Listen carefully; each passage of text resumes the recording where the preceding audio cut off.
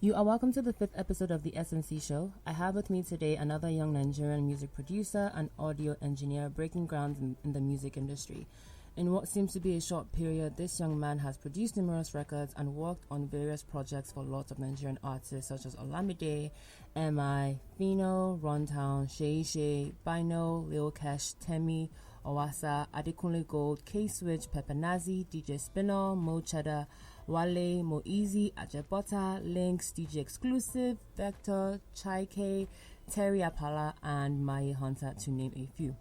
His breakthrough came in 2012 when he produced the hit singles First of All and Fucking with the Devil off Olamide's YBNL album. He also produced the majority of the songs on Olamide's Baddest Guy Ever Liveth album, a feat which got him a nomination at the 2013 Headies.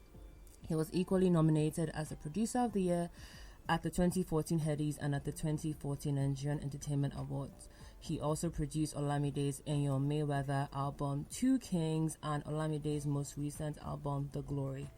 By now, you should know who I have with me on the show today. It's none but the one and the only Pheelz. Yo, what up? Welcome to the show, Pheelz. Yeah, it's good to be here. Thank you so much for doing the show. Me today, how are you doing? I'm alright, I'm fine. How's your day been going? I've honestly been sleeping all day. Because I showed up here and you're like, yeah. Apparently you said you've been working since. Yeah, I've been working since, so I'm just resting. So you said you went to bed at 4:30, Abby? Yeah, I went to bed. Okay, don't worry. We'll make this as quickly as possible so you can get some sleep, alright? Yeah, that'll be super cool. Alright. So how's your 2017 started? It has started really good. Yeah. Because for me, just like every other day, Joe, it's just the normal hustle, grind, and try and become, better than you used to be and all that. But 2017 has been awesome so far. Okay. Did you make any New Year's resolutions? Nah. Do you ever do those? No? I'm not a big fan of. Why? It's just an excuse to.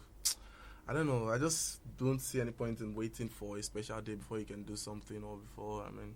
Every day should be should be a new year for everybody. I'm not a big fan of setting New Year resolutions and then waiting till January 1st before I start, and then I start, and then you don't follow through. Exactly. Okay.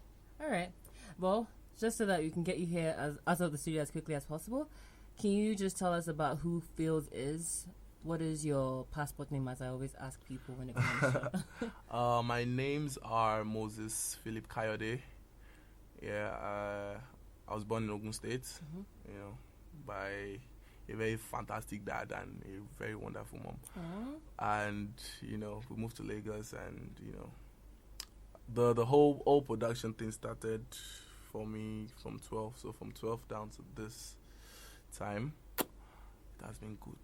Okay. I read that you started music as a 10-year-old singer in the church. Yeah, as a 10-year-old singer in church. So you used to sing in the church? Yeah. So I still sing in the church. Oh, really? Yeah. What church is it? It's God's Culture. It's in Badagry. Oh. Yeah. Oh, you go to Badagry for... Yeah. Oh, wow.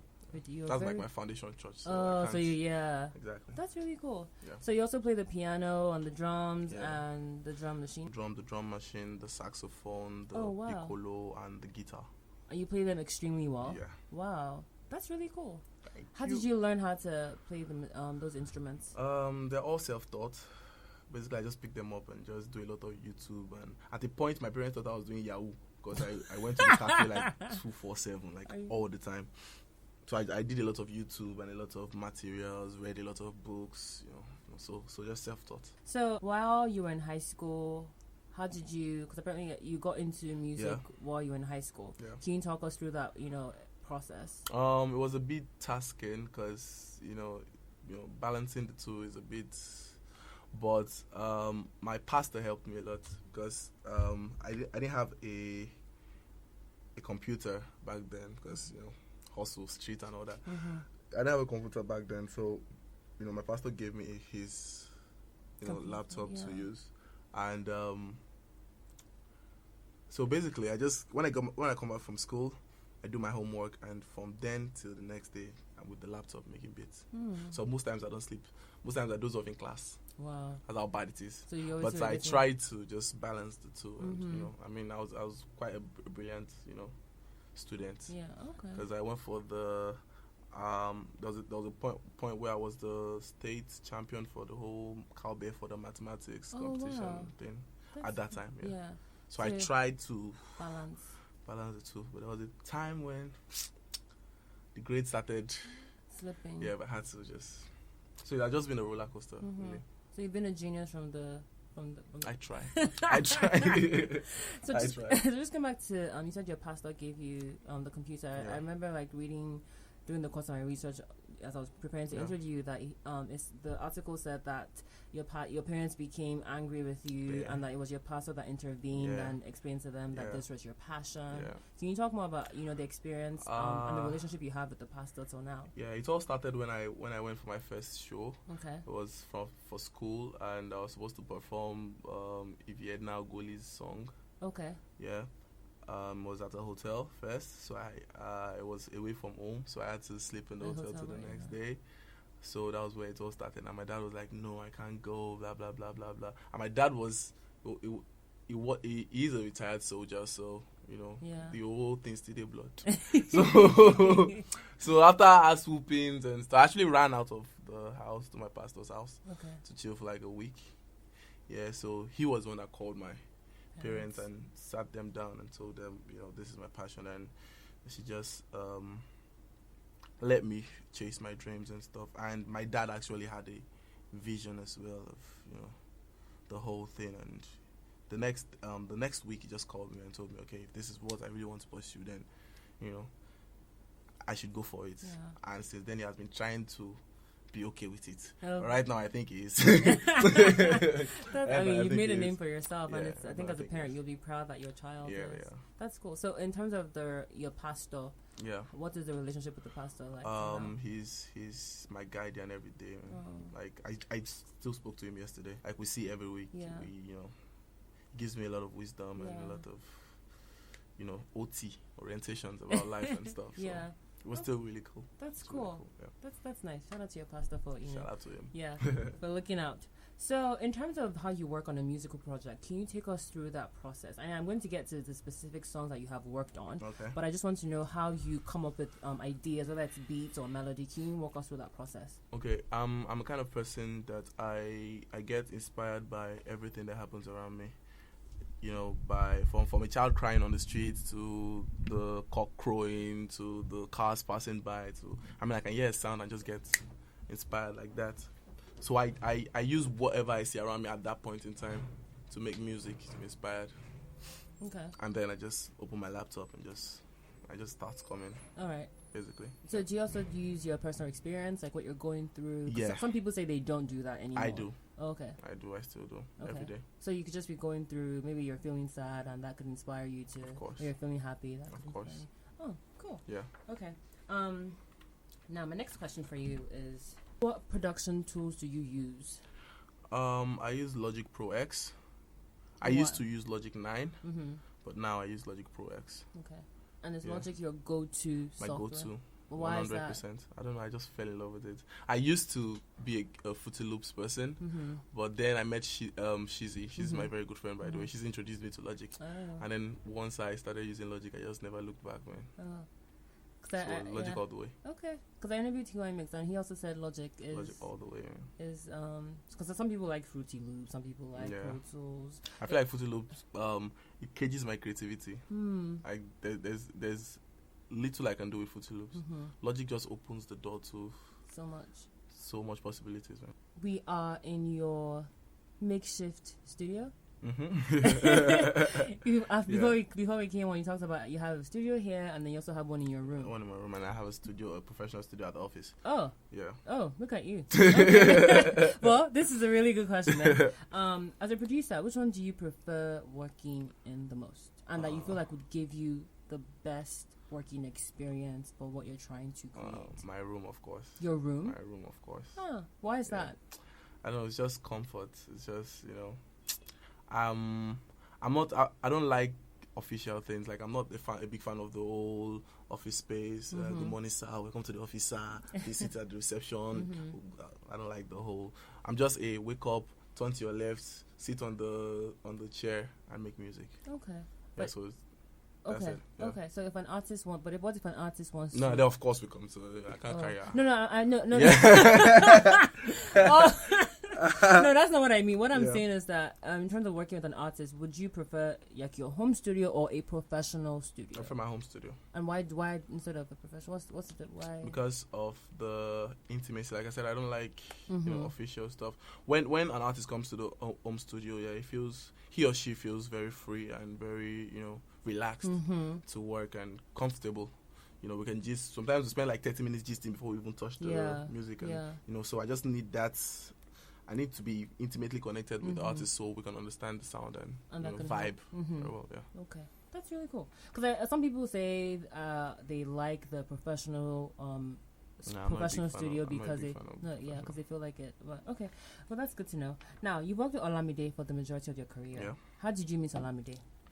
I met Ola through ID Cabasa. I was an intern under ID Cabasa for about 2 years. So that was where I met Ola, and we just became brothers from there. Then we were like the should I call it last on the food chain or but we were studio rats then, so we're the one that used to go and buy rice and buy bomo and buy plantain and buy fuel for the studio sessions and stuff. So at night when the studio closes, we stay back and we steal Cabasa's password so we can log into his computer and use it to work.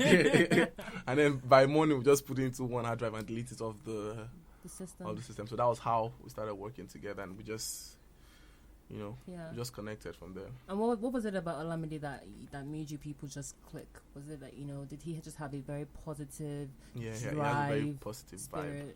Yeah, it's crazy positive, and he's very hardworking. Okay, and you saw that in yourself. And he can frustrate the shit out of you, but he's very hardworking. Yeah, he's very, very hardworking, and that's what I saw. And he's very musical. People don't know it, but he's very, very musical. Yeah, I mean, I think from just even when you see him tweet, he's certain things he tweets about. You're like, he's very his music taste is very varied. It's not one dimensional. Yeah. Now, do you have any interns? No, not yet. Because I was about to say that you sure that they will soon start stealing your own password and. Of course, I know.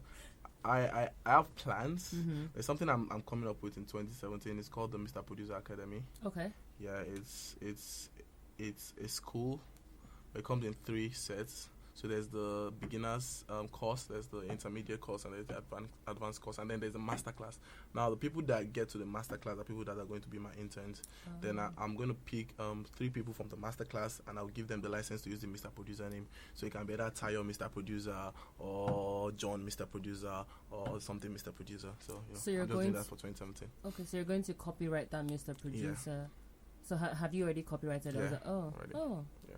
Okay, but do you feel like Mr. Producer is very generic? Like anybody can say Mr. Producer? I mean, for me, I'm just taking that as a way of giving back. I'm not actually looking for any financial. I'm just saying that what if we're in Nigeria or wherever in the world, someone may say, Mr. Producer is such a very basic thing that anybody can create. True. But you've already copyrighted it, so anybody that tries to use it, you would sue them. Abi? No time. No wasting time. No time. Man. Okay, now. Since you worked with Olamide for the majority of your career and you produced the majority of his work, how do you ensure that you stay fresh and your production does not sound the same, like either the previous single or the last record? I try as much as possible to be very vast with listening to music. Like I can listen to anything and get inspired by anything. I'm not. My inspiration is not restricted to one certain situation or one certain condition, or it's very generic. I can get inspired by my mom inspired me on one song actually. What song was that? Eledami. She inspired me with Eledami, the beat of Eledami. Turn Up was from church when I was playing in church, and the intro just came to my So like I get inspired with everything. I think that's one of the, and then God basically. Oh, okay, all right. So my mom inspired Eledami. How? There's this guitar intro that she plays the piano. Oh. Yeah, a bit. Not too much, but she plays a bit. So she was playing this intro one time you know, the and she was just playing that loop, and then I was like, okay, what's that? And then she taught me how to play it, and then I just took it and I just created a progression out of it, and that was the Dami's intro. Really? Yeah. That's that people don't know.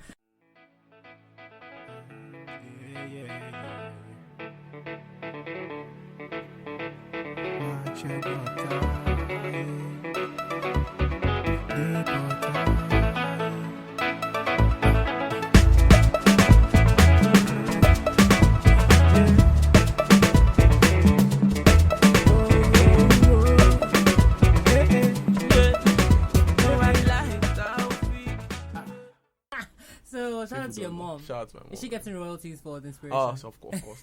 Of course. She's like, Pheelz, you better send me money. She's getting royalties, so steady.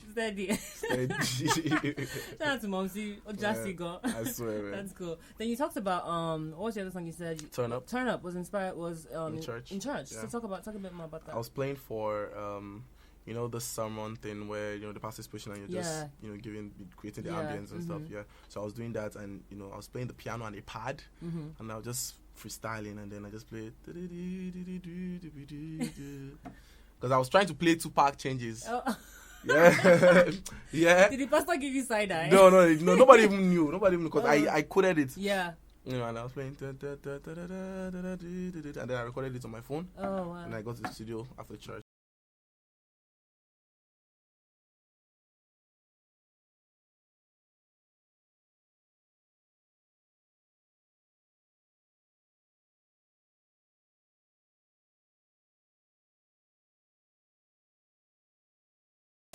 Wow. So I get inspired by I don't play with everything around me. That's really cool. Yeah. Now, can you take us through how you went about producing tracks such as, first of all, it was a very stupid session. It was a very stupid session. Let's hear about the session. I still feel up till now that first of all it's like one of the weakest beats that I made. I don't know why I feel that way, because I made that beat in 20 minutes. The song was done in an hour 30 minutes. Wow. The whole song. The mixing and mastering as well. Wow. The whole song. Like, everything was done in 1 hour 30 minutes. It was me, Olamide, B Banks, Pumbaa, Any Money. Okay. We were in the studio together, and then, you know, we just started vibing, and, you know, Ola just wanted that Azonto Ghanaian vibe, and we're like, okay, let's try and, you know, for the first time, let's try and go into this vibe, and then bam, bam. Charlie, if you say I make a fool, I no send. Charlie, if you say I make a fool, I no send. First of all, introduction. First of all, introduction. Okay. I don't know. First of all, bam, bam. First of all, it was done. So we're just vibing in the studio, and that's just how. That's just how it came. Wow. That's how it came in. Did you know? Well, I mean, because I was speaking to T.Y. and he was like, sometimes as a producer, you don't know whether the song is going to be a hit. You don't know. You have because no idea. There's so many factors that go into what create a hit. But did you think that this song, Shah, is cool? Yeah. I thought it had potential. I didn't know it was going to be that big, but I thought it had potential. Yeah. What made you think it had potential? Because of the vibe, the groove, and the club. Yeah, I thought it had potential for the club. That was actually what was in my mind when we were making festival. Okay, this is club music. This is for people to just groove and be happy. You know, but I didn't know it was going to get that big. That big, man. Oh, okay. Now what about Durosoke? Okay. I made the beat first for another artist, actually. But the guy, I think the guy was not interested in the beat, so I kept it. And then Ola wrote the chorus like a year before. Oh wow! For the guy or for himself? For himself. Okay. He just wrote the chorus a year before without the beat and everything. He had heard the beet when you. No. Oh, okay, just wrote the chorus. He just wrote the chorus. Okay, cool. So I was playing the beat and he sang the chorus to B Banks. So B Banks has the chorus in his head. So I was in the studio with B Banks and I played the beat for B Banks, and B Banks just sang the chorus and everything just merged. And then he just called out like, guy, remember this chorus? Come to the studio right now, man. There's a perfect beat for it. And I just came to the studio, recorded Durosoke, boom. So what about the guy that you produced the beat for? What? Yeah, he paid him sharp, you know. I made another beat for him. He wasn't interested in that beat, so it wasn't my fault, you know. Yeah. It's just God's plan. Yeah, that's so wow. So look at that. I came into the studio that day. We knocked it off that day. Yeah. Boom.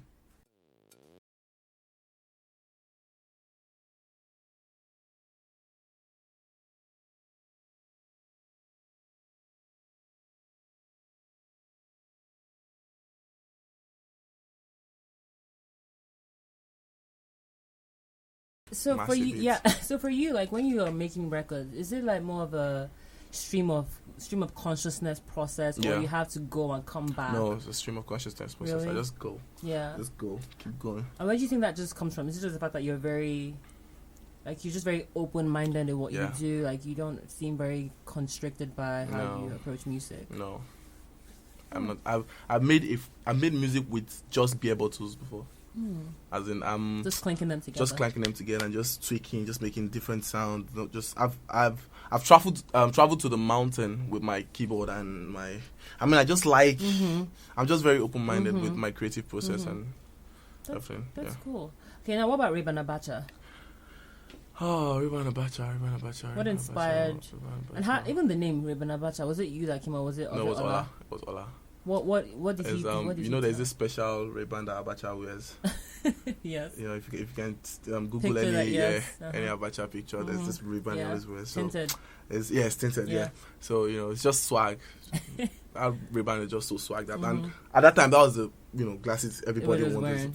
Was wearing. So we just decided to do a song about that. But the music came from. I think I made the beat before. I just sent the beat to Ola, and then he wrote Ray-Ban Abacha to it. Yeah, and then he recorded himself and sent it to me. Like and then go into the studio and finished it. Why be in a general, you know who that be? Niggas tryna copy my style, buckle it, that be? Yeah, they're looking at me. So you just said, what, people are wearing, these Ray-Bans everywhere. Let's just write a song about it. Create music about it, yeah. It's so random. That's really cool. What about Melo? Yeah. Melo was a very special session. That was one of my best sessions actually with Olamide. It's a beautiful song. Yeah, because it was a perfect song. Yeah. I know the dengue, I know the post, my baby give me biscuit, I want sugar, the things you do me, Bojo Baro ko she wi, Borun Baro ko she so, Melo la fe wi, Melo la fe so, ani melo. We wanted to show a side of our music that people wouldn't expect. People didn't know we had that side. Yeah. People just thought it was just about the streets and about the up-tempo music and so we shocked them with Melo and we just wrote the song and we wanted it to be an acoustic song. We tried it without percussions, but we're like, okay, that would be too foreign, so let's try and bring some percussions. I'll bring it home. So played a little bit of percussion and I called some of my percussionists to play on it and stuff. So it was a very special session, man. That's cool. Song is mad. I swear. So he came up with the name as well, Olamide? Yeah, I came up with the name. Do you come up with names for the songs that? Yeah. Okay. Now, which of all the songs that Olamide has, which ones have you come up with? I actually cannot remember. Are you serious? Not we have even one. We have a lot of songs together. I can't remember. Because I have two more songs to ask about: Lagos Boys and Ayo Mayweather. You never came. Ayo Mayweather. You came up with that name. Yeah. Okay, we'll get to Ayo Mayweather. Yeah. We get to that. What about Lagos? So now, quickly before I even go back to Lagos Boys, as a producer, because your market for the most part is Nigerian, do you feel like you have to always infuse Nigerian elements or African elements when it comes to horns, guitars, drums, gong? Do you feel like it's important because you're trying to connect to the people? Because like you said, with Melo, like you said that you had to add the percussion, right? Yeah. So I feel it's important. Why? Because if your music, don't connect to people, then what are you doing music for? What's the point? Music is supposed to pass the message, and you need to use everything to pass that message. So I think it's important to infuse African elements. We're Africans. We love groove. We love the vibe. We love the music. So if you don't put it in, then I think you're just doing it all wrong. Yeah, because I asked that question because I feel like there are Nigerians who like songs that do not need to have drums. Of course. Of course. So I just feel like it's not sad. I just feel like it's interesting that you felt like you had to add percussion to make it more relatable to the average Nigerian. You have to study the market. True, because it's a business as well. Of course. Okay. Now, all right, Lagos Boys. Okay. What inspired that? There was this slang that was going on back then on the streets. The scare, that slang. You know, because we pay attention to the street a lot because, you know, the street might inspire you. You know. What does that even mean, Skeskeroba? I have no idea. People just saying it on the street. What is that? So just like... It's just like a call and response thing. It's just like, guy, how far? I do alright, you know, so... Okay. So you ask them, scare, and the person replies, scare, and they're like, okay, this is cool. Because me, I it was very redeeming to me because of the bounce. And I'm like, okay, scare. We initially wanted to use it for a hip-hop song. Okay. And then we just decided to make it tribal and make it traditional. And then, you know, Lagos Boy came. And then the snare, remember that time was when the snare slang was trending as well. So we decided to now make an orchestra, you know, an orchestra sequence with that snare. So that was the idea that brought the intro. You know, the intro is the snare, snare. So we wanted it to be very melodious and very, you know, emotional. Face, yeah. Ladies snare and gentlemen snare, I'm your host for today's snare. They call me Bado snare. A young land snare. A young la snare. Alone snare. Ota snare. Ota snare. Tabia tarado snare. Okay snare. Let's go snare. Call me and like So we just picked, you know, bits and pieces from everything and just... Okay. So did you lace the beat? Olamide wrote the song first. Which one came first? Okay, and then he heard it. And then heard it. And then he wrote it. Okay. Right. Do you ever find that he write? Okay, well, I think you talked about that. Sometimes he writes the song. Yeah, sometimes he writes songs. So then did you read the songs that? Do you read what he has written and then you? Yeah. Okay, you create around that. Yeah, I create around that. All right. Now, finally, Ayo Mayweather. Ayo Mayweather. There was this sample. There's this choir that I found on YouTube. That they did a cover of Nearer My God to Thee, Nearer to Thee. So the intro of that cover was the choir sample for Ayo Mayweather. So I just chopped that and then just looped it and then made a beat on it and I sent it to Ola. So you're just on YouTube randomly, just watching. Yeah, randomly. I like searching old songs. Yeah. Like I like listening to very old songs, like from the 60s, even the 1800s. I mean, it's crazy, man.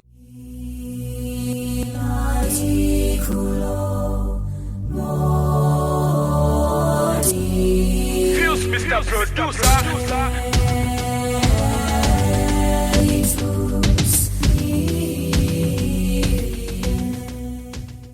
So when Ola heard it, what did he now say? It was like, he just said, guy, mad. That's what I said. And I started writing. I was like, guy, I have it, come over. We record it. That's basically how we do most of our songs. Like, I just send him the beat and then it's like, guy, I have it, come over. Or I'm there. And before I even finish the beat, he's done writing. Like, that's how fast. We have rehearsed over time because there was a point where, you know, that point where the money is not really coming in and, you know, a session is about 8 hours. So we try as much as possible to milk the session. So we make like 3 songs just... So we've rehearsed with those kind of conditions to, you know. So now we're just used to it. Like, even if we try to take long, everything just happens. And we're like, okay, we have it now. So it's like you're a victim of condition. I swear. The condition was bad. 8 hours and the session then was like really expensive. It was about 40 grand, 50 grand for 8 hours. I'm like, okay. 8 hours, you have to make like 3 songs, man. Cool. So, now, how do you come up with Ayo Mayweather, like that name? I don't know. We needed an image for the album, so we decided to use the Mayweather image, but we didn't want to, you know, we just that was also a slang on the street, but Ayo Mayweather, it was a slang on the street because of the old Mayweather Pacquiao thing. So people were like, okay, Ayo Mayweather, okay, Ayo Pacquiao, you know, they were using it to bet and all that, You know. See, you feel really like you have your ear down to the streets, like 100% every time. That's cool. So do you feel like it's really important as a producer to know what the street is or the streets? I mean, it depends on what you're looking for. Yeah. Me, I get a lot of things from the streets, so for me it's important. Yeah. You know, I mean, street has everything, man. Okay. Street has everything. Okay. Now you talked about sampling real quick. Yeah. Now, as a producer, do you think that sampling is good from a creative perspective, and do you think that it limits your productivity as a producer? No, I don't think it does. I think it opens doors for a lot more music to come into your life. Because, you know, I don't sample because I'm lazy. I sample because it's fun. And because it just changes your music. Like, it's like you're bringing the aura from that song, the emotions from that song, and you're mixing with your own, and it just creates something different, something that stands out from the norm. Yeah. And really, there's nothing new under the sun. So, you know, most times I just look for good samples, and especially vocal samples. Jesus, I love choirs and stuff. Those are my weak spots. I don't even sample for all my songs. You know, there's some I just feel like, okay, let me just look for a sample. So, yeah. And just still on sampling. What about the fact that there are issues when it comes to copyright, license, the legal issues? and Yeah, clearance issues? yeah. I try and solve that. There are places I pay for royalty-free samples. Cool. Yeah, so I don't do. Yeah. I don't do piracy. Because a lot of people, a lot of Nigerian producers, I hear something like, do they get the clearance and license? No, I don't do piracy. Okay. That's why most of the songs I sample are not popular songs. Why? Because they have they are royalty free, and royalty free songs are not really that popular. And you actually pay for them? And I actually pay for them. Okay. Yeah. So I get the samples, I pay for the royalty free thing, and then I'm good to go. That's good, covering your legal end. No time. Because you don't want to get sued. I can't go to America tomorrow and somebody's suing me for $11 million. For what? Because I use one vocal. but that's because the person owns the copyright to the song. So you know you should get the clearance. But that's cool. I'm happy to hear that you actually do get the clearance for that. Now, in your opinion, Pheelz, what do you think makes an excellent music producer? Your ears, in my opinion. Elaborate more on that. You don't have to know how to play an instrument. You don't have to be a good keyboardist or a good drummer. Just have perfect ears. I've known producers that can't play jack on the keyboard, but their ears are like massive. I have a guy that doesn't play the keyboard, but he just has one guy that plays the keyboard and just directs the guy, just because his ears. So I think to be a good music producer, you have to have perfect ears. That's so interesting, because some people say that. I've asked some people and they said that as a music producer, it is important that you need to know how to play, even if it's one instrument. Nah, it's not. I mean, especially digital music, it's not. I mean, you can manually put in notes and stuff on Fruity Loops and on Logic and everything. So it's not. Yeah, it's good to know how to play, but it's not really it's not a must. Yeah. Because you're trying to if you're trying to ensure that a song has an organic live feel. Yeah. You're saying that in your opinion, you can bring someone to the studio to play the piano, play the drums, play the bongo, play the That's still producing. Yeah. Exactly. Okay. Now, at what point do you think someone should be labeled a music producer professionally? I asked that question because there's this growing debate that there are beat makers and then there are music producers, and people that are beat makers are trying to deceive people that they're music producers. So, true. What is your take on that? I think it's true, because there's some. I've made music where, I had two beat makers on the song, and I was just the music producer, and I just stayed back and I just directed things, stuff for movies and stuff for stage and for some guys in Abuja as well.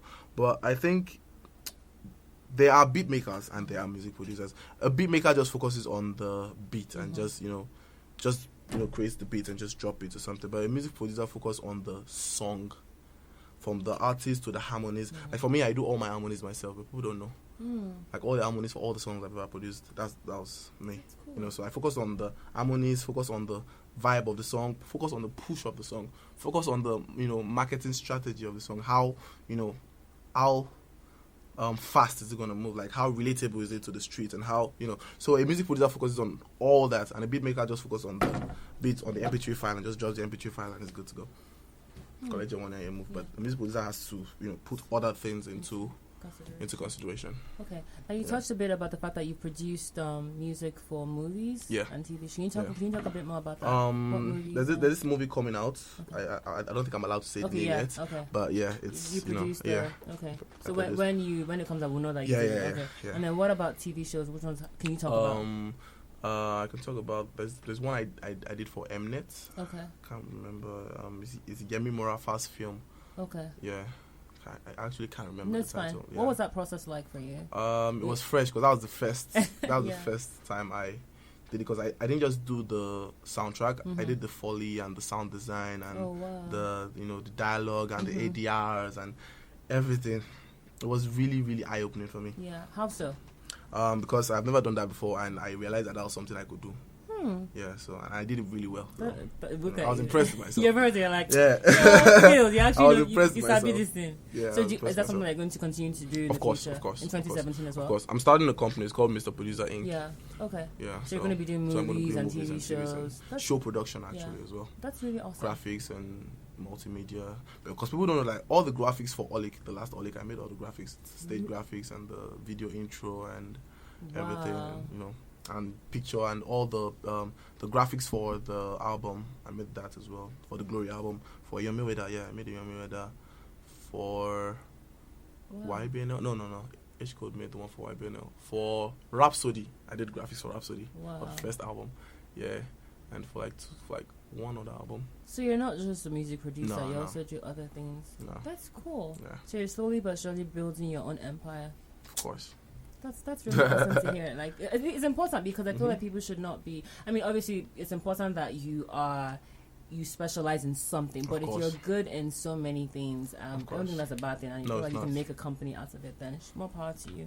That's really good. No, I think I just never knew that. Like that you did do stuff like that. But how did you even learn that? How did you learn? Did you Self-taught. Also through YouTube? Yeah, through YouTube. And I don't play with internet. No, I don't play with internet. Yeah, because I feel like it's even when 2017, but I feel like we're like in a society or the world whereby there's no reason or an excuse for anyone to say that I can't learn anything, right? Of course. Because if you're learning from YouTube, then who has an excuse? Nobody has an excuse. Yeah, I mean, some people are unfortunate, so I understand that. True. But, okay, now, what as a music producer, what do you do when a session isn't going well with an artist? I sit you down and I talk some sense into you. How so? Talk some sense into me. I'm like, I learned that from ID Cabasa. Actually, it's not safe to sound like someone else. It's not. It affects your creativity. It limits you as a human. Like, because you don't believe in yourself, you don't believe you can do what something unique. You don't believe you can create. You just want to copy and just follow the crowd, and just stand out and do something. But do you feel like it's because they don't believe in themselves, or the fact that the Nigerian market is such that if an artist says, I want to do, for example, rock music, the average Nigerian person does not give 2 F's about rock music, and for that artist, they do want to make, like you said, you are paying 40K for a session. That's not beans, you know what I mean? Yeah. So for some of these artists, maybe they feel like that's the only way that they can get their foot in the door. Yeah. So as a producer, do you kind of like empathize with them as well? Yeah, I do, but I think I have the strong belief that any genre can move in Nigeria. I mean, we proved that with Adekunle Gold. True.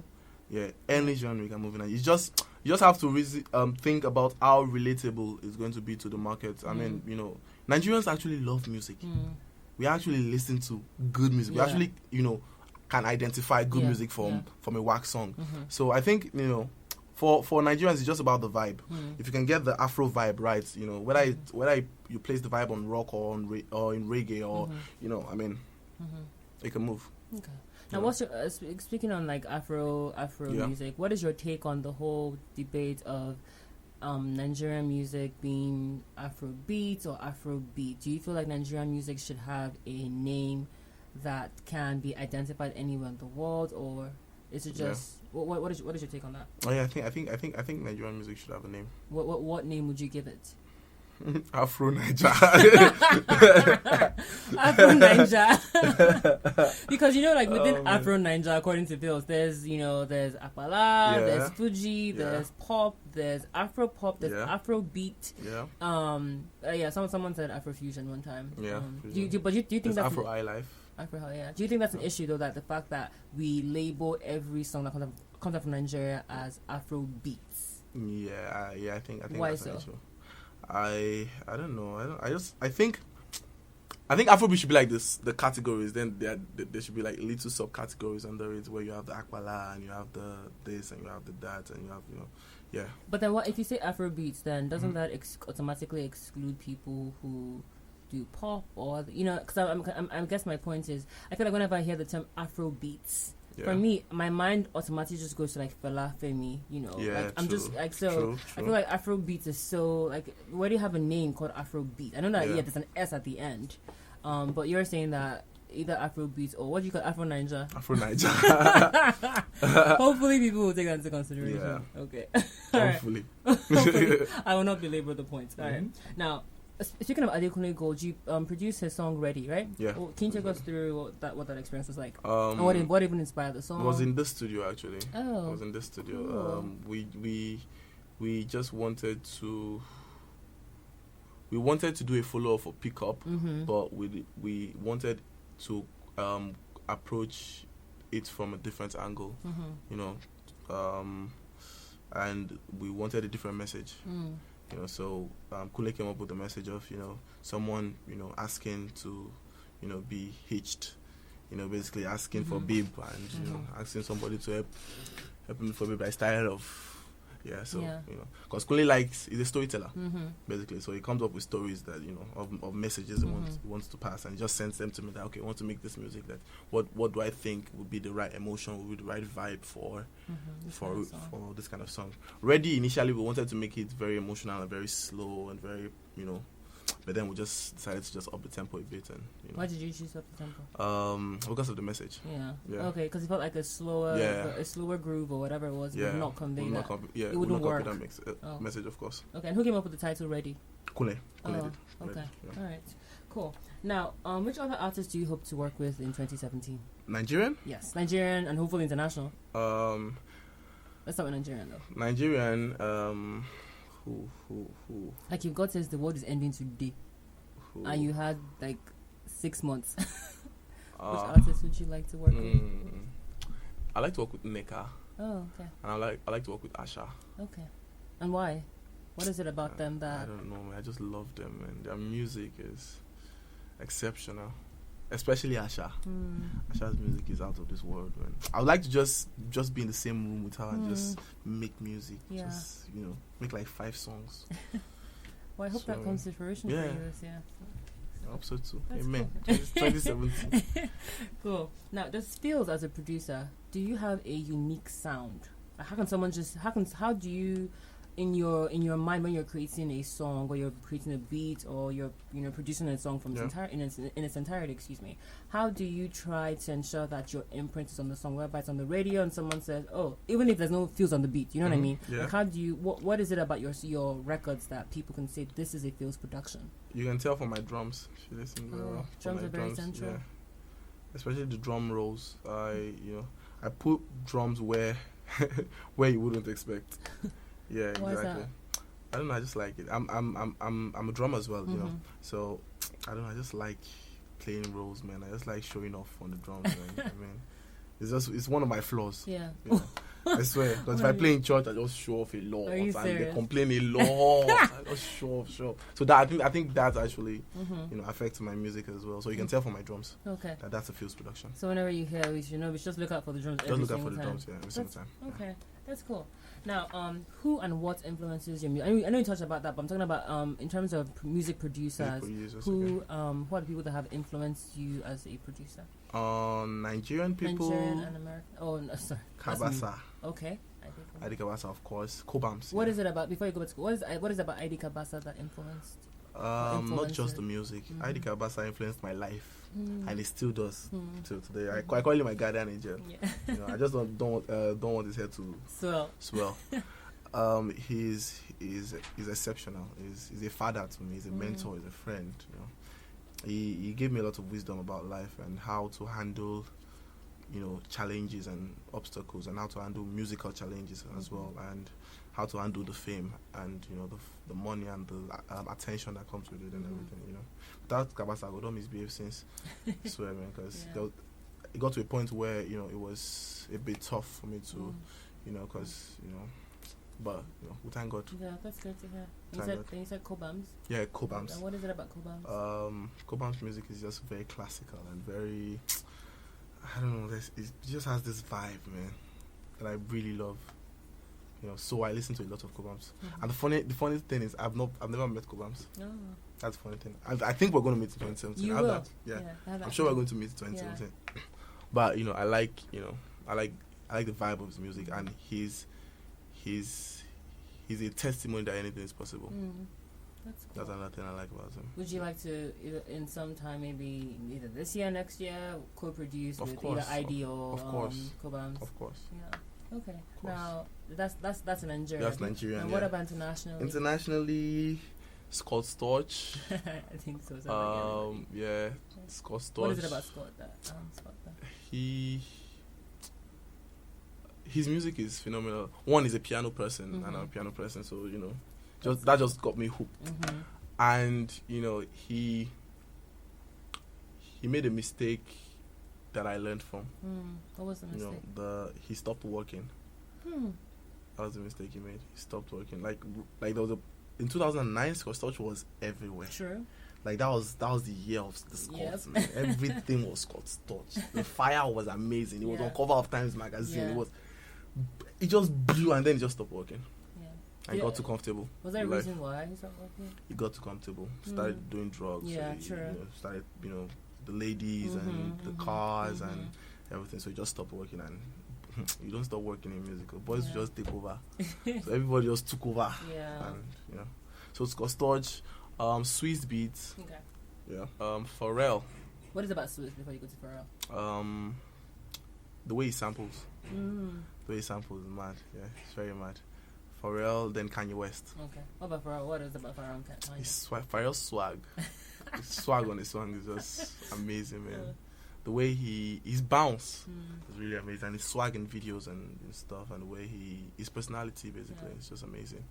And then Kanye West. What is it about Kanye? Because of his no bullshit. Permit me to say the word bullshit. No bullshit personality, and his drive basically, his hustle spirit. Yeah. These are the producers. Yeah, these are the producers. Okay. Man. That's really cool. Now, do you have a publishing deal?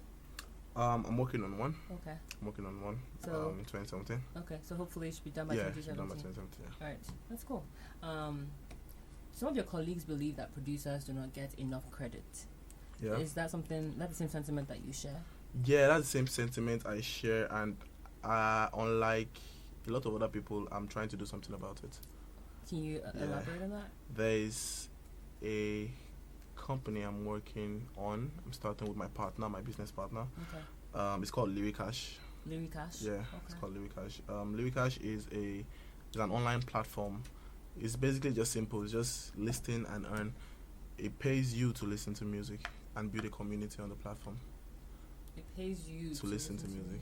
Yeah. So Lyricash is a platform where the artists make money, the producer make money, the fans make money. Wow. From one system and from the music business. So everybody's getting into the music business together through Lyricash. The fans are getting into the music business with the artist and the producer. Okay. So everybody makes money. Okay. It's a very long, talk, but that's just but that's a good summary. Brief, yeah. So is that going to start into this year? It started already. Oh, so we have about 150 people registered already. Oh. So, but this year we're planning on, because we're done testing and we're done.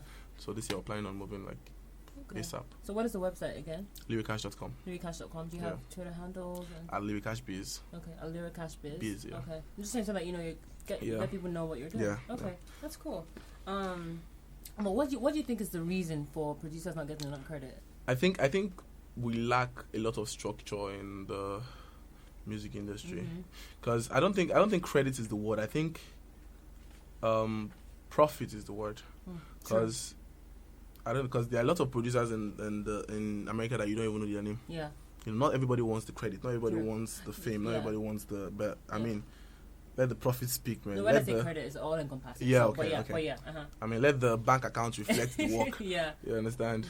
So I think lack of structure affects that a lot, because the producers have been sidelined since day one. And I think it's high time we start. Yeah, there are some bodies coming up that want to create structure. So it's just one step at a time. I think we'll get there. Okay. I think we'll get there. Lyricash.com, right? Lyricash.com. We'll check it out after the show. Check it out. Yeah. Now, so you are one of YBNL's in-house producer, right? So just you, and then there's It's me, there's John, there's P-Banks. P-Banks, okay. Now, what has that experience been like, being an in-house producer? We're all family, we're all one blood. But when the work don't do too much, John has been my friend from way back, from my former studio at Ajawa Estate. You know, so I called him up and I was like, guy, I need you on this with me, man. I can't, because I'm not a stingy person. I'm not, you know, there's no point. I mean, whatever it takes to get the job done, just do it. You know, so I called up John. I'm like, guy, we have to do this together, man. You have to jump on. And I told Ola, and Ola was cool with it, and you know. Yeah. And the first song he made was "Story for the Gods," and that was it. Yeah. That was it for everybody. That was it for Ola. That was it for him. That's really nice to hear. You know why I say that? Because I interviewed Shay Keys. Yeah. And that was another thing that he also talked about. That for him as a producer, he's very collaborative. Exactly. But I also say that because I've spoken to some producers in Nigeria, and they say that the Nigerian music industry is such that producers are, even though they may pretend to be friends, they don't want to say, oh, Sade, you want to produce this type of record? Go to Pheelz, go to Shay. But why is that? Though? I don't know. Because like you said, when we said that Nigerian producers do not even get enough credit, and even just like you said, the profit aspect. Yeah. So why don't people feel like they should support each other? I don't know, man. I honestly do not know. Yeah. I have no idea. I get the fact that people want to get the shine, but then isn't it like you see some records and you see like 5 producers on one record or on one song, you know. So it doesn't take away Pheelz's awesomeness to talk about, to say, oh, you know what, you want to produce a song, go and meet Young John. You want to do this, go talk to Shay, go talk to Cobams, go talk to, you know, Oscar, go talk to whoever. You know what I'm trying to say? I don't know. Now, so you're saying that you just like to collaborate with other people. I like to collaborate with other people. I mean, John and I, we're going to be making some music together, and we might probably just make an EP together in 2017. Okay, that'd be cool. You know, I like collaborating. Yeah. I've collaborated with Shay Keys on some songs as well. My Life. Oh, really? Yeah, My Life. That was Shay Keys and I. Oh, that's nice. Yeah, and a couple of other songs on the Kunle album, on the Gold album. Yeah. Well, it was a very awesome album. So, yeah, you know, that's thank you. Yeah, cool. We try our best. But I've still sticking on the YBNL as an in-house producer. Yeah. Do you feel like in some ways that also limits business opportunities for you because you're assigned to like under one label? No, I don't think so. Okay. I mean, YBNL is family. I don't see YBNL as a label. YBNL is me. Yeah. You know, you can't separate me from YBNL because that's where it all started. Yeah. You know, that's the foundation, and you know, I can't forget the foundation. Yeah. So to me, it's not a label, and it doesn't hinder any business opportunities. You feel like it enhances? I think it enhances. Yeah. Okay, because obviously YBNL is a brand. Yeah. So people hear that you are. So obviously gives you some level of clout. Of course. Yeah. Okay. That's cool. Now, you're obviously not gaining you have gained a lot of momentum as a music producer. Do you have a manager? Yeah, I do. Okay. Yeah. He's my manager and my business partner. Who's your manager? His name is Shay. Shay's Note. Shay's Note. Yeah. Okay. Shay's Note. Cool. Or Rotimi. Okay. Yeah. And does he or she do a good job? Yeah, he does. Okay. He's also my brother. Oh, okay. Yeah. That's cool. Because like a lot of people, they claim to be managers and she. No. No, he does a good job. As a manager, the goal is to ensure that you're getting business opportunities and business deals for your client. So I asked that's why I had to ask that question. I hope the person is doing a great job in also, like you said, helping you get that publishing deal and other opportunities producing. Okay. Do you have an accountant? Yeah, I do. Ah, look at you. Yeah, no, why do you feel like that was important? That was important. Because because I was about to start Lyric Cash. So I felt like an accountant is. I have an accountant. I have a lawyer. I have supposed to ask that as well. Yeah, I have a this tax audit. Things, I have that as well. So Lagos State government will Lagos State, exactly. You have to cover your ass. To avoid stories that touch. Yeah. So I have all that. So I have all that covered. Yeah. I have all that covered. Okay. So your lawyer obviously reads through your contracts and so that you don't throw your life away, you don't get into legal trouble. Okay, cool. Now, we're going to wrap it up so that you can go get some sleep. All right. Because I know you're super tired. But thank you so much for being here. Yeah. What have you been listening to recently? A lot of John Bellion. A lot of John Bellion. Why is that? I don't know. The guy is just fantastic. A lot of John Bellion. A lot of Nathaniel Bassey. Yeah, a lot of Nathaniel Bassey and a lot of there's this guy James Fauntleroy. Is it Fauntleroy? Yeah. Something. Yeah. A lot of James Fauntleroy as well. Okay. So those are the guys I'm listening to right now. So that's international, right? What about Nigerian? Nigerian Nathaniel Bassey, of course. Okay, yeah. Nathaniel Bassey. Yeah. I'm a big gospel music fan, so especially Nigerian gospel. Yeah. Nathaniel Bassey, Frank Edwards. Okay. Two Face. Okay. The Grass to Grace album. That's like classic. Yeah. Then The Glory. I've listened to The Glory a lot. Yeah. I know we need to talk about The Glory because I know that you produced a couple of songs from The Glory. There was one that was Born Boy. Yeah. Yeah. What was that? Just talk about the Olamide anthem. Olamide, yeah. Yeah. What was I was in the studio with Olamide, yeah. So he told me, we called Bona up and he told me Bona was coming to the studio that night. So I'm like, there was this beat we wanted to use for Bona, and then I was like, no, I need to make a beat that will be worthy. Worthy of Burna Boy. That's one of Burna Boy and Olamide coming in it. So I started working on something, and Ola went to sleep, and then Burna came back, and I asked them to give me 20 more minutes so I can round up the beat, and they were listening to the album for 20 minutes, and I was just doing stuff, and I just played the beat for Burna, and Burna just went mad. And that was Omaobi anthem. Wa Omaobi, Oniwo Omaobi abi. Oya, quantum wa. Malago, malaso lórí títí gbòòrò. Mr. Producer.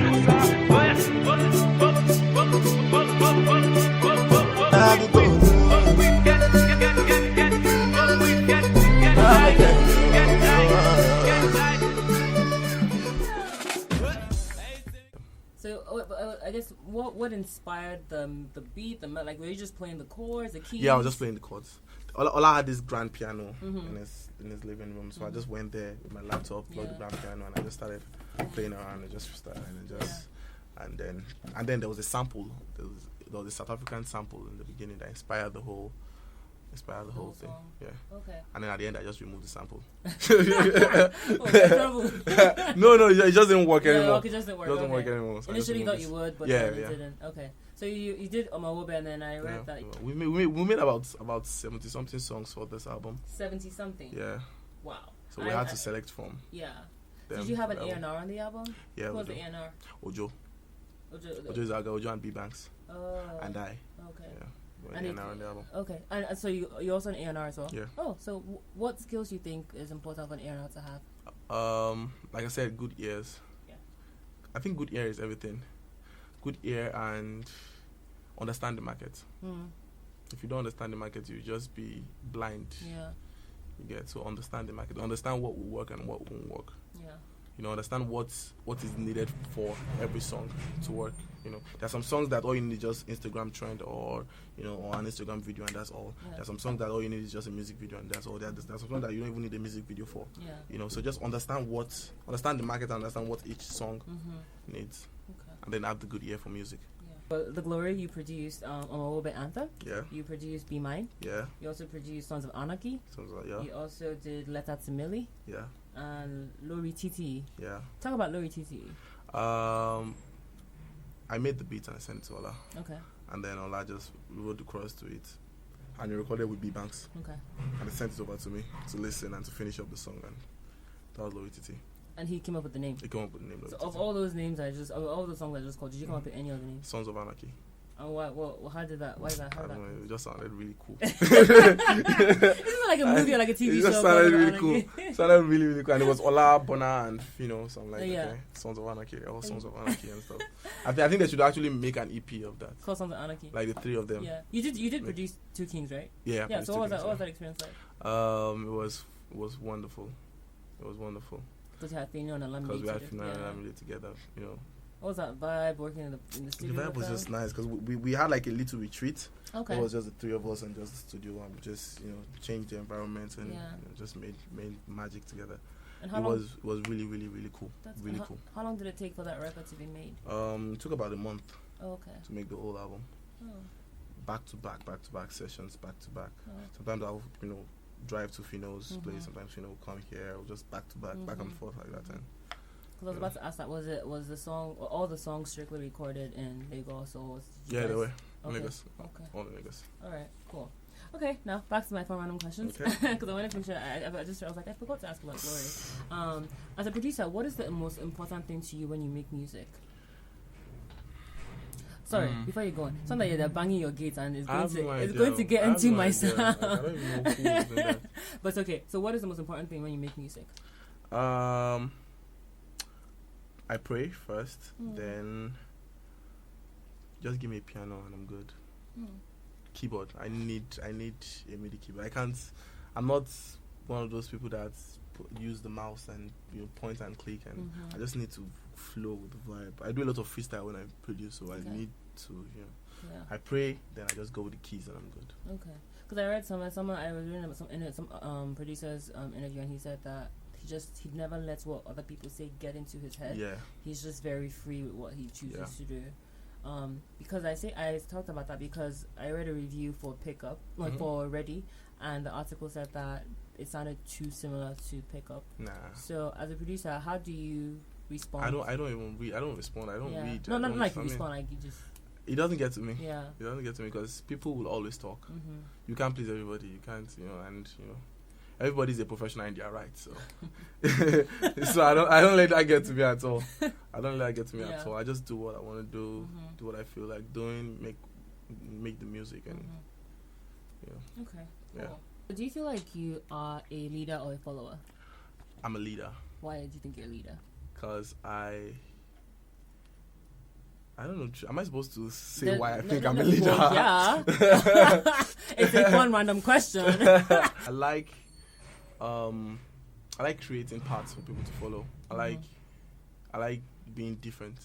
I like and I like helping out a lot. Like to ease people's existence and to just So I'm different. I like being different. I like creating paths. I like creating paths for people, and telling them to follow that path, and then just move to the other one and just create another path for some other people, and just create another path for some other people. Create employment here, create opportunities here. I just like doing that a lot. So I think I'm a leader. Okay. Yeah. I say that because I think I would brand myself as a leader, but then I've also come to learn that in certain instances it's okay to be a follower. I feel like being a leader, the beauty that comes with that is that you learn when to take a step back and let other people take control. Exactly. And not always feel like I have to be the one who's doing that. And I feel like that's one thing that people who are leaders have to remember, that it's okay for you to take a step back and let Pheelz lead. It doesn't make you less stupid or make you dumb. It just shows that you have confidence in Pheelz as a person. So that's cool. Using one word, how would you describe your family?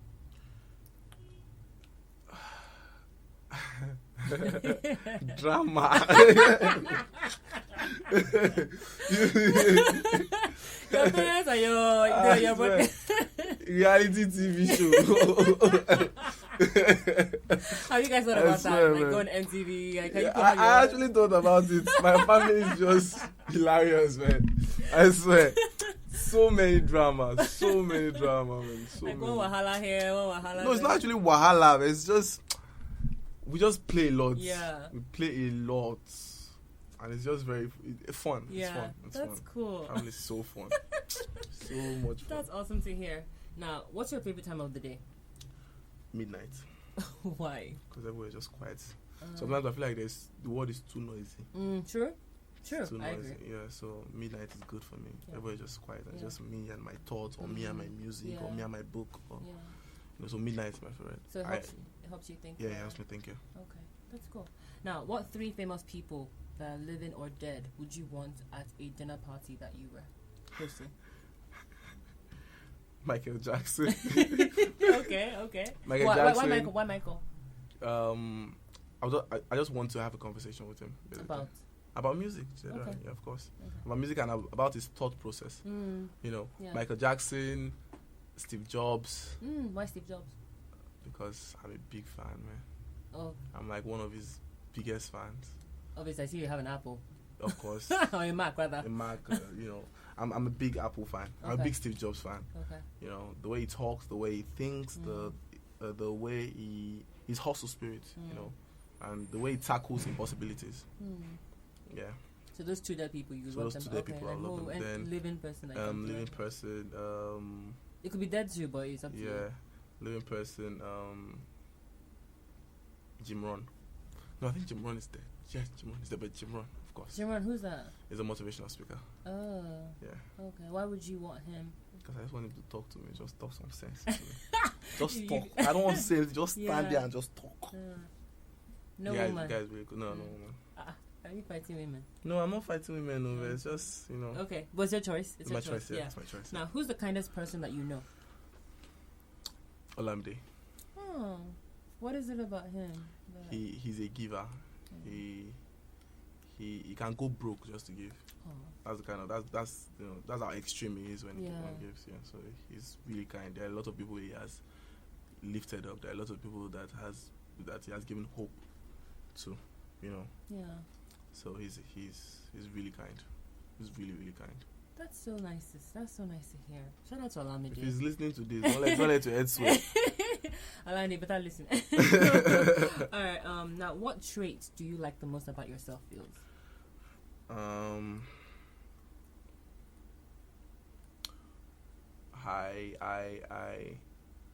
I'm a deep thinker. How and what way does that help you? I think more than I speak.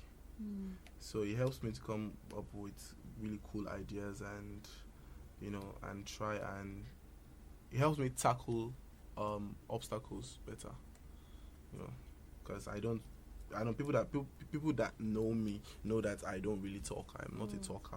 I'm more of a thinker. Yeah. Like I'd rather have solve it up here than solve it, you know, the verbal way. Yeah. So I think that's the trait I personally love about myself. What trait do you hate the most about yourself? I'm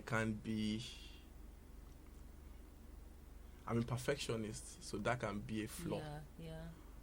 Because if you don't take a song away from me, I can keep tweaking for 2 months and I'm not satisfied. Yeah. So that can be a flaw for me. Yeah. You know, some artists just come and say, "Guy, don't do. Just give us our data. Maybe we dey go." Have you and Olamide got into fights about this? Yeah, sometimes. Yeah. Sometimes, because I'm like, "Guy, we need to add this thing. We Like, need to play a guitar here, play." And he's like, "Guy, I love the song the way it is. Leave it." I'm like, "No, I'll call a drummer to come and play because this one has to change." And sometimes I just end up changing the whole song. And just cancelling the first bit and just using the acapella to make another beat. And like, "Guy, what do you think about this one?" Pheelz, leave the first song the way it is. I beg. Yeah. You know, so being a perfectionist. yeah. Okay. Now, who's your favorite athlete? Excuse me. I'm not a sports person, so Okay. but I'll say Ronaldo. Why? I don't know. It's his business sense. I like his business sense. Not his football thing, but you know, his life outside football. Yeah. That's what I admire. Okay. Now, what do you like to do on a rainy day? Sleep. I hardly sleep, so Why don't you sleep? You know that sleep is important, right? I know it is, but I feel like 24 hours is not enough. Yeah. For me, man. But you know that you cannot stand malfunction as a human. I know. So I just try to. I hardly sleep. I hardly sleep. I think that's a lot of things with creative people. Hardly sleep. Because if I'm not thinking about music, I'm thinking about graphics, I'm thinking about motion graphics, I'm thinking about animation, I'm thinking about lyric cash, I'm thinking about this, I'm thinking about that. So I hardly sleep. I always tell people that there'll be enough time to sleep when I'm dead. So. I say that to my mom is like, don't come sleep. So, you know, this is the time to hustle. If I don't use my youth to, you know. Yeah. But do make sure that you do get some time for yourself. Cause I do. I mean, I'm supposed to be going to London on Sunday to go and chill.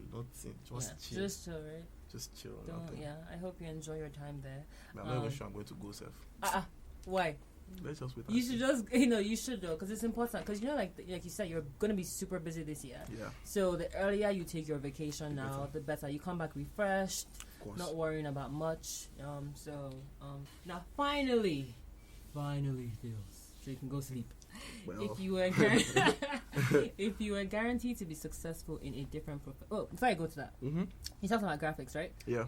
Have you considered eventually? Because I feel like we lack cartoons that have Nigerian children. Yeah. And like just that reflects the average Nigerian or Nigerian people in general. Have you considered that? Yeah, I'm planning on going through that as well. There's a computer graphic aspect that I want to open in the Mr. Producer Inc. now. That is not only animation but movie effects and special effects, VFX, video effects and everything. So from the gunshots to because Nollywood right now is God help us. So we need people that will just pioneer that difference and that's level of professionalism. Yeah. So Mr. Producer is doing that as well in 2017. Yeah. And the sound as well, the sound for movies. Yeah, we're covering that angle as well. So we're planning on, doing stuff like that. I'm so happy to hear that. Cool. Yeah. I just was like, I had to ask that question. Right. Now, final question. Yeah. If you were guaranteed to be successful in a different profession, what would you want to do? I asked that because you also sing, right? Yeah. So do you want to talk about that real quick before I answer that question? I'm going to be dropping a couple of songs in 2017. Okay. Yeah, a couple of very good songs. Very good. Very good. Talk songs. about tooting your own horn. Yeah, very good songs. Okay. And an EP. Okay. As well in 2017. All right. And the songs, are they going to be more of upbeat or it's a mixture? It's a mixture. Okay. It's a mixture. All right. Yeah. And why do you also feel like it's because a lot of producers now, they also are venturing into being artists as well. What is your take on that? It's fine. I mean, for me, as long as I make music, I'm good. Whether I'm singing, whether I'm backing up, whether I'm producing, as long as I make music, as long as I'm a part of that process, I'm good. Yeah, it's good for me. So I'm not singing for the fame or for the fortune. I just want to be heard. I just want to pass message across through another means, verbally, not musically this time. Coming from someone who's a deep tker. Exactly. So I just need to. All right. Now, so what profession would you want to do? I would like to be I like to be a movie director. Why? Because it takes a very, very high level of creativity to be that. It takes a very, very you see life differently. Movie director, you see life in you see life in lenses. Like you see life in, I don't know. I sat down with a movie director one day, and that day I just decided, man, I wish I was a movie director, man, because the way his angle towards life is just different from every other person's. So yes, I would like to be a movie producer. Okay. Well, thank you so much, Pheelz. So if people want to keep up with you, and but people that don't even follow you on social media, I want to know how to reach you or follow what you're doing. Can you tell them what your Twitter handle, Instagram handle, Facebook handles are? Yeah, you can follow me on Instagram at Pheelz on the beat. That's PHEELZ on the beat, full spelling. And on Twitter at Pheelz Beats, on Snapchat at Pheelz Beats. Oh, you're on Snapchat too? Yeah, I'm on Snapchat. Okay. And on Facebook at Pheelz Moses. Pheelz Moses. Yeah. Okay, cool. Quickly, how did you even come up with the name? I didn't ask you. How did you come up with the name Pheelz? Pheelz, my chemistry teacher. Because I read that, I was like, it just said Pheelz. Yeah, he calls me Phil actually, because my name is Philip. Yeah. Yeah, so he calls me Phil. And then there was this when I met Ola, there was this guy at that time that was I think his name is Mr. Phil or something. Okay. So I was like, why don't you just add Z to the back and just make it Pheelz? Yeah. And then instead of I, it'll be double E. So it'll be PHEELZ. And I'm like, okay, let's go. Yeah. Pheelz. It's not bad. And then I was like, that's cool. Because I read that, I was like, I wanted to make sure it was like the story was actually true. Yeah. Some things that people write up on the internet, like, it's just crap. Okay. Yeah, well, thank you so much, Pheelz. I had a lovely time talking to you. I did. Thank you for taking us through your creative process. Thank you for having me. Thank you. And I hope that you have a safe trip to London. Yeah. And get some sleep and some rest, right? I will. Okay. We'll be back next week with another awesome producer. Maybe not in the studio, but we'll be back with another awesome producer. Bye. Thank you. The SNC podcast is produced by Sade Anozie and Tomiwa Fawumi. To ensure you don't miss subsequent episodes, you can follow the show on its various social media handles at TheSNCPodcast. So that's TheSNCPodcast. And that name is universal across Twitter, Instagram, SoundCloud, Facebook, iTunes, and Mixcloud. For those who'd like to get in touch with me by email, my email is shadeanozie@gmail.com. Alternatively, you can follow me on Twitter at Shade Nonconform. Till next week, cheers.